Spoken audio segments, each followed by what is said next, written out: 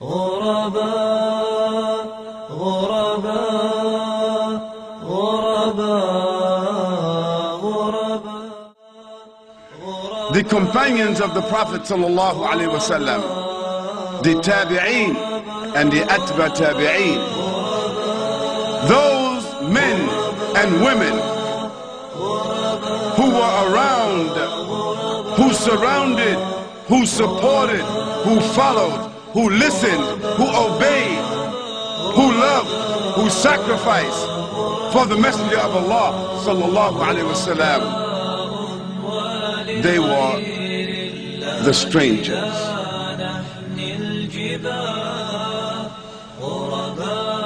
So the Prophet sallallahu alaihi wasallam, he said, this religion, it began as a stranger. سيعود لغريبا فتوبى لغرباء فتوبى لغرباء فتوبى لغرباء.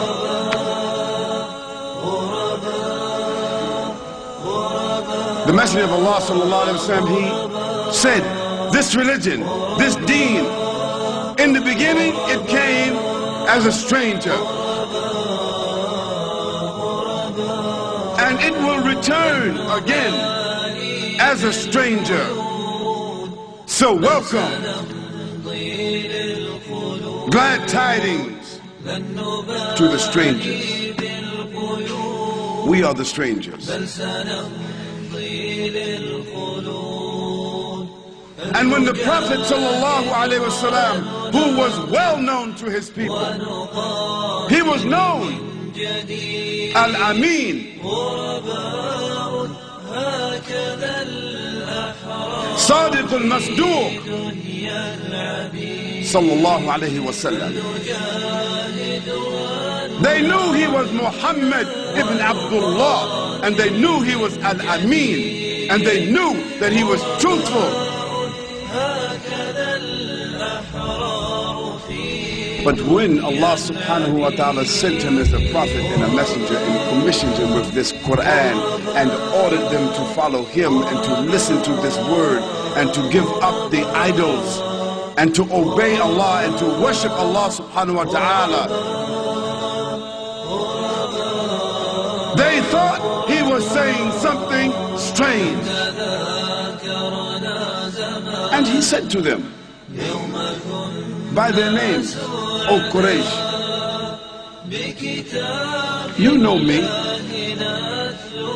If I told you there was an army behind this mountain coming here to destroy you, would you believe me? They said, yes, we will believe you. Then I'm telling you that I'm the messenger of Allah and you have the obligation to obey me. And so the Prophet ﷺ, who was respected, who was trusted, who was loved, who was known by his people, even his uncles, that day he became a stranger. And Umar ibn al-Khattab, the patriot among the Arabs, among the Quraysh, the man who was willing to kill the Prophet ﷺ just because of his feeling of qawmiyah. He was willing. But on that day that he went to kill the Prophet ﷺ, he too became a stranger. That very day.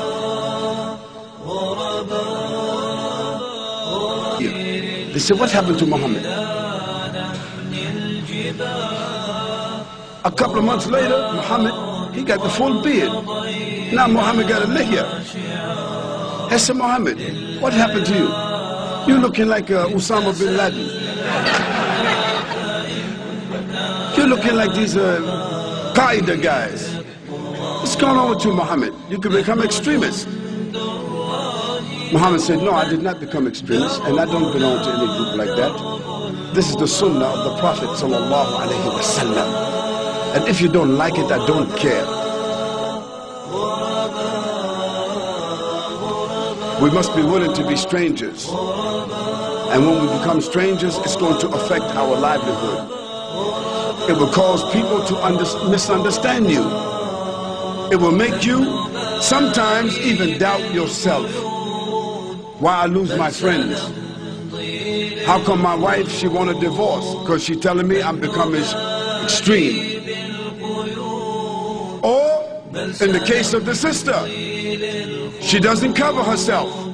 She's wearing lipstick in the street. She's putting perfume on. She's working among the kuffar. And her husband is like her. And one day, she wake up and she puts on niqab. And she puts her full clothes on. No more lipstick.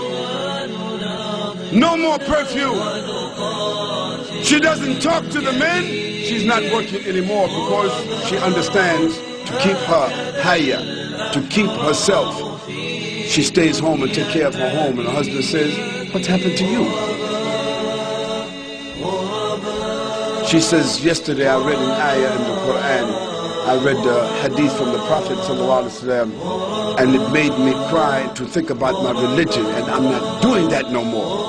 And so he said, then I don't want you. You have become extreme. So she have now become stranger. Alhamdulillah. If he leave her, we ask Allah to give her another stranger. To give her someone else who is also a stranger. Because strangers belong with strangers. Oh Muslim brothers and sisters,